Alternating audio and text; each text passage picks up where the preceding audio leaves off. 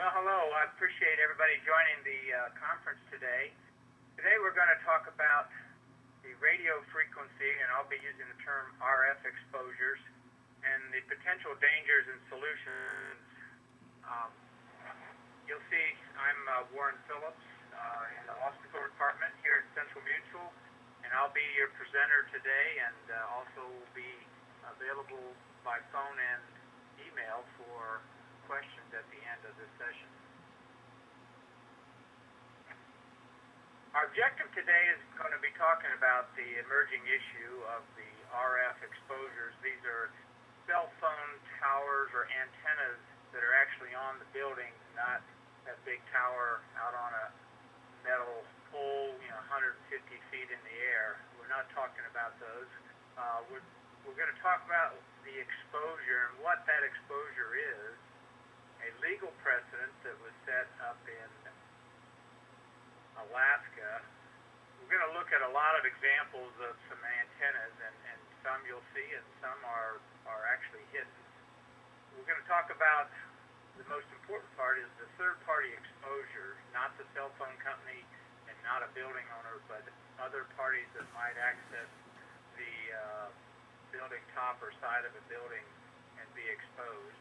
We're going to talk about some solutions and precautions and some things that all of us in the insurance industry need to be doing to help prevent injury and claims. Just as a preview, this is kind of what we're talking about. You'll see some circles and arrows pointing at antennas. These are cell phone antennas on buildings, and you'll notice that these are not tall buildings. Some are one story and some are two.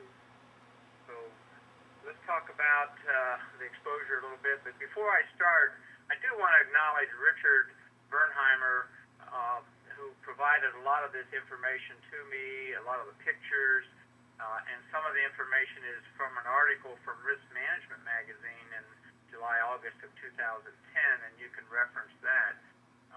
But he was interviewed and they wrote an article. Richard was actually at one time a safety risk manager for the Sprint Corporation and worked with his own people as far as the exposure to their employees, but also to the public. Kind of getting started, the number of cell phone antennas have just exploded. You'll see back in 1996, less than maybe 26,000. Today, there's over 600,000. In the very near future, there's going to be over 1 million, and that number's going to double and double again. It's just proliferating all over the country. And as they go further and further out, they're going to be attaching to, buildings out in the suburbs and smaller communities. And also, the strength of those antennas are getting stronger. They're moving from 3G to 4G, more power to push more data through the air to your cell phone, so that you've got access to GPS, to your cell phone, to your phone, and also to even TVs now. So they're just going more and more power. We're going to address the radiation safety from the antennas and how that might impact the insurance industry. And you might not think it really affects us, but it does. Most of us aren't going to be insuring the Sprints, the AT&Ts of the world and their antennas, but you'll see that some of these antennas are showing up where it's going to expose a third party. A little bit about radio frequency. It actually is in certain strengths and different wavelengths is how your microwave works, so it actually can heat. Some RF exposure could be thermal or heat related and especially affect those areas with low blood flow to the body, like the eyes, in that there's not any blood moving through there to, like a radiator, cool it off and take it away from the exposed spot. And then there's the non-thermal, the emotional, and the cognitive. And what are we talking about there? Cognitive injuries are a little harder to prove. There's definitely scientific research used to support a causal link between the RF exposure and these kinds of injuries.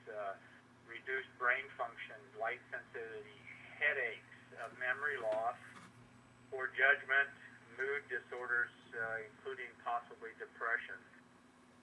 So these are the types of potential injuries that we're contemplating here from RF exposure. And we'll get into the antenna itself and look at where that exposure is and where you need to be around an antenna to actually be exposed. And the time frame of exposure is going to vary on the antenna, the power that's going through that antenna at the given time, because they'll ramp that antenna up and down depending on the demand, and the antenna itself, just the configuration. So they're not all the same.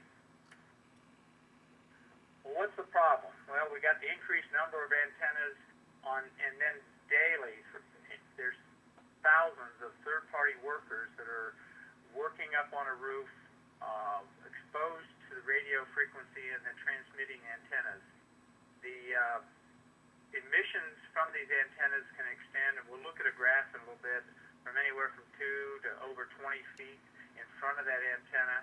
There's no rule of thumb on the exact exposure area. Important, the exposure, the RF radiation is tasteless, odorless, it's invisible. You don't know you're being exposed. There's no sound to it. So you might just think that the antenna is turned off because you don't have a clue.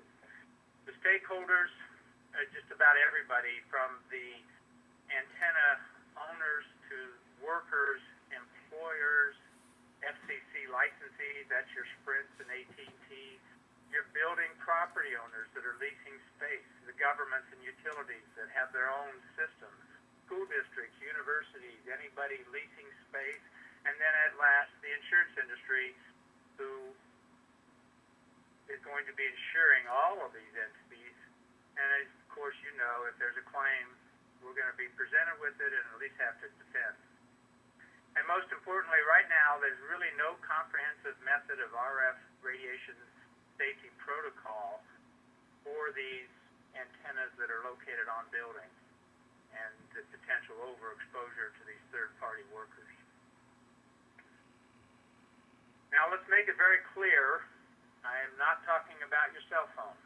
They're very minute power.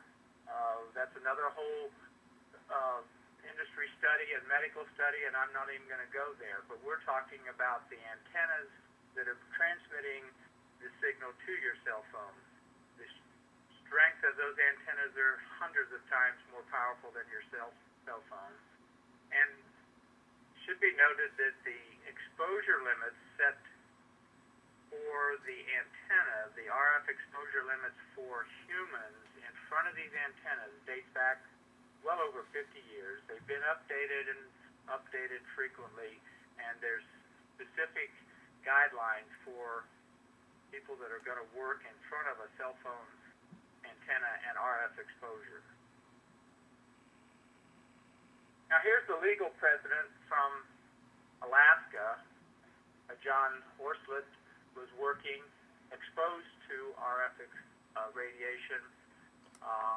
This was no doubt a workers' compensation claim going back against AT&T, and probably Ward North was probably one of the vendors. And in this ruling in 2007, they affirmed, and it was upheld by the Alaska Supreme Court, a 100% disability award to this worker exposed to RF radiation. So the precedent is set. It's out in a Supreme Court. It just has to be brought up in other states, and the suits will start moving forward. I talked about third parties, and who are they? Well, I'm talking about anybody that might go up onto a roof. So you got your roofers, electricians, HVAC people, painters, firefighters, inspectors, building maintenance staff. Here at the company, we've got our own loss control consultants and claims staff going up on roofs when we're doing adjusting or inspections. And you agents, possibly you might go out on a roof.